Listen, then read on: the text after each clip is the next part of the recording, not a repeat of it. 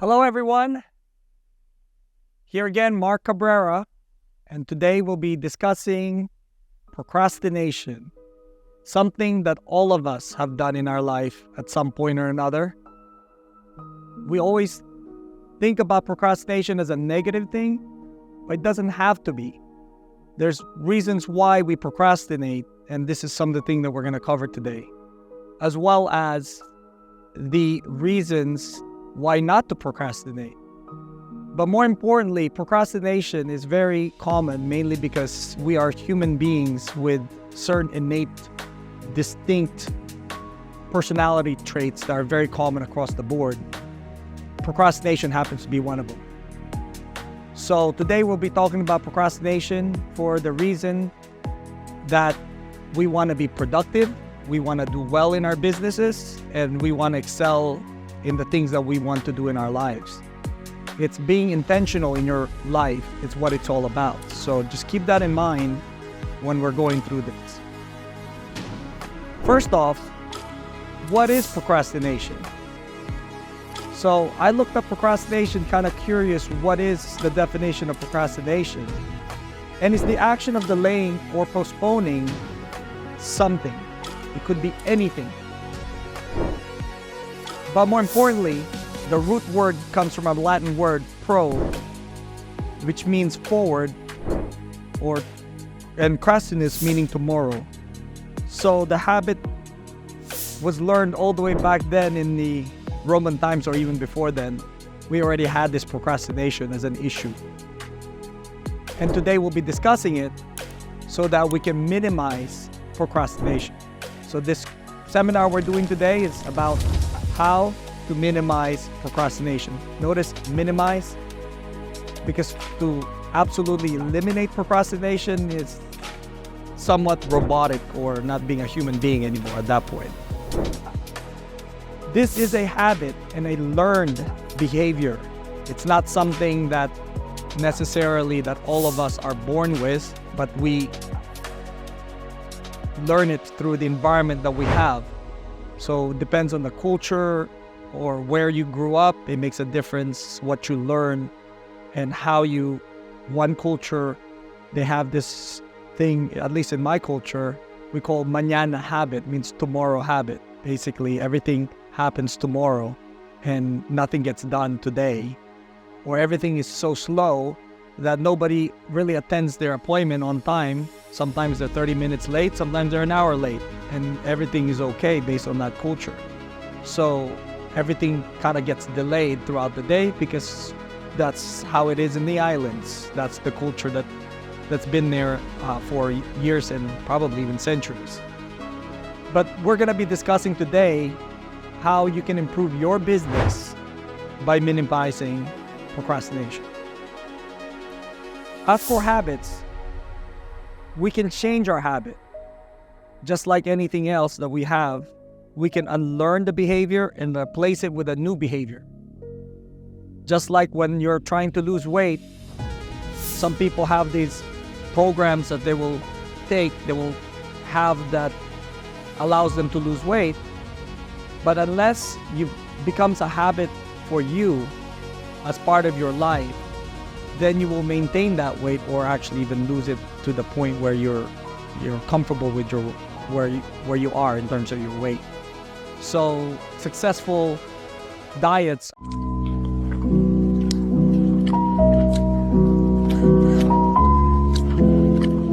are actually acquired habits, whether it's part of exercising or part of eating or just being healthy in general. Less in alcohol or use or all these other things that we put in our body as thoughts. So what is procrastination? I just discussed that with you guys. It's a Latin word, like I said. Pro means forward in Latin. Crastinus is tomorrow, so it's forwarding it tomorrow. List of reasons why we procrastinate. We don't talk about this enough because it seems like it's natural that everybody does this procrastination as long as things get done. But what we miss out is the opportunity to have more time for ourselves, for our families, for the things that are more important in our lives rather than just constantly working and procrastinating a lot of the work and spending a lot of time thinking about it rather than doing. So something we dislike to do is one of that came up to the list. There's a lot of things that we don't like to do out there, but there are times that we are bound to do it or obligated to do it. And so we do them, but we do them haphazardly or not really 100% that we want to do it. So we procrastinate that. That's one of the reasons why we procrastinate, because it's something we don't like to do. Goals are not specific enough, abstract. This is one of the things that I train my mentees, that if they want to achieve a goal, you have to know your destination, specifically to the last dollar, and also specifically what it looks like when you know you made it to your goal. This is very important to have, mainly because that's your destination, and from there you create that roadmap or your list of activities that you need to perform and processes that you need to create. And based on those processes and programs pointing to the destination you're trying to get to, the procrastination sometimes is not as much. It gets minimized because you have a particular goal. So we're going to discuss that later on. I'm going to go through this, reasons why we procrastinate. So if any of this kind of hits you in a right way or the wrong way, well, it's time to think about it, because it's time to move and make things happen for yourself and for the people that care about you and for the people that you care about. Because at the end of the day, if you cannot help yourself, how do you expect to help the people that you care about? And especially if you're the one bringing in the income to your family, right? If you're gonna go to work, make sure you maximize your time there so you have more time at home with your family. Overwhelming. That's another good reason why we would be procrastinating. When you're overwhelmed, we tend to freeze at times. This is also natural, mainly because our bodies and our minds are saying, whoa, slow down, let's think this through. And then procrastinations begin, and finding reasons why things shouldn't be done right now. Short-term gratification. This is quite interesting. I've heard it many times. There's actually a clinical study on children that was given marshmallows, and these children were given enough time to either eat 2 marshmallows now or be able to eat 1 marshmallow every hour. And you'll find that a lot of the children, or not even majority, but a lot of the children ended up eating the 2 marshmallows because they don't understand the concept of delayed gratification. But there are some children that they found that they already have it innate with them of what we call delayed gratification. So they waited, after an hour, got another marshmallow after an hour. So they ended up benefiting from the wait. So this is something that you can research yourself. But delayed gratification is something that's very important and part of our lives. And if you're really looking to succeed in real estate, delayed gratification is what we have in this type of business. The difference between working as an employee and working as a realtor is working as an employee. Every certain amount of weeks or every month, you will actually get something for your work. So it's a gratification that's short-term because you know it's coming. But in real estate, sometimes all your work that you're doing now won't produce any fruit until 3 months from now, or any commission until 4 months from now or 6 months from now. Being able to delay gratification helps you be able to, if you understand that you're that type of person and you recognize it and you can understand the delayed gratification idea, then you'll more than likely not procrastinate as much as well. So we're going to discuss this a little later as well. Work aversion. Well, some of us, there's moments in our lives we don't feel like working, whether we're tired, we're exhausted, we just want to avoid work. Well, procrastination pretty much defines that. Disconnect from our meaning. This is something that is the core of why we all work. There's something inside us that drives us to have meaning in what we do when we work. I'll give you an idea. I go to work every day and I'm excited every morning because I'm looking forward to be able to give a great life to my children. Now it sounds abstract, but specifically when I define a great life for my children, is for them to grow up not having to worry about finances and just be kids and be able to achieve certain goals that they want, and as a parent be able to support them with their goals that they're trying to achieve. So if they have activities that they want to do, I want to be able to afford to pay that so that they can experience those activities. So in other places in the world, they don't even have that. They just have the basic food, shelter, clothing, just to be able to provide. That's why they get up in the morning and not necessarily excited about it, but they just need to do it.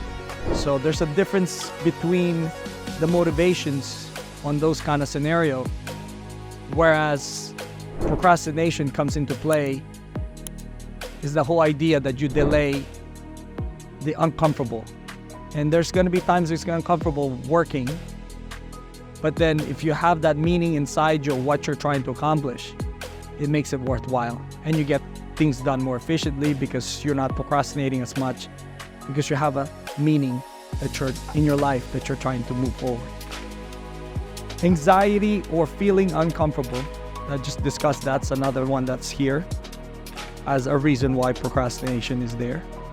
Perfectionism. There's people out there that want everything perfect, otherwise they don't finish the work. That's also procrastination. It's a form of reasons why people don't get to finish work and they procrastinate finishing a work, because some of them are actually wanting everything perfect, which in the real world, getting things done is more important than being perfect. It's nice to be perfect, but it doesn't always work that way. Lack of self-control. This is another one. It's everywhere around us, where people cannot control their emotions or control their urges or control their feelings that they want to do certain things, and they get distracted. So they procrastinate the ones that are important and not get things done when it's supposed to. Distracted, just brought that up also. Personality disorders. There's ADD, OCD, there's, you name it, on the next subject we're going to be talking about.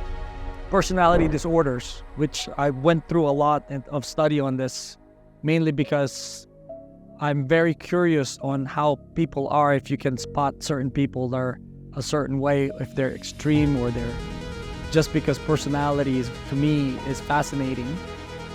And also because when I'm sitting down with my clients, I want to understand them better. And some of them are going to the extreme of yelling and screaming, and you're trying to figure out, like, maybe it's me, maybe it's them, what is it? So understanding personality disorders is really good to have. Now, tying into procrastination, you'll see now the byproduct or the product or the fruit of procrastination, or how procrastination is created. Perfectionism. Those are the OCDs on the extreme. So anything that's extreme is what makes it a disorder. All of us have this type of personality in ourselves in a small way. When it becomes the dominant or like the majority of your theme in your mind, it becomes a disorder. It's more like how the tendencies, if it's on the tendency is great that you're like this all the time, then yes, it is a disorder. That's how the clinicians are considering this.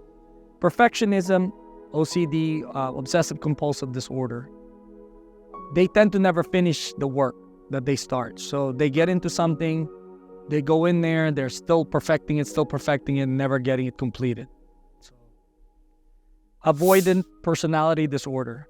These are the extreme people where they're afraid of everything and never get anything started because they fear that there's going to be consequences or repercussions out of it and things that will affect them in some way or another. Antisocial personality disorder. This is what we call a sociopath, which is a negative connotation of it, but it's called antisocial personality disorder. It's lack of empathy towards others. This happens, but one of their biggest issues in the antisocial personality disorder is lack of meaning. They don't have something that compels them because they're not in touch with their emotion. That's why empathy is not there. So as you may notice, it's starting to tie into the list of list of reasons why we procrastinate. Well, this is the extreme part that I'm talking about right now. Lack of accountability. Those tend to be the narcissists on the extreme side. They blame everyone else for their action or inaction. So things don't get done because they procrastinate, because they know they can make an excuse out of it that it's not them, it's someone else's fault or something else happened. So nothing gets done just because they kind of move around and manipulate the situation around them, so they never get blamed for it, even if it's their fault. Overwhelm, self-esteem issues, a desire to be accepted by others. This is the self-esteem issues on the disorder side. Distracted. These are the attention deficit disorder syndrome, I guess. Life is a distraction, and it creates procrastination because they go from one thing to the next thing to the next thing that comes in their way, and nothing gets done because they're supposedly good at multitasking, but they spread themselves too thin.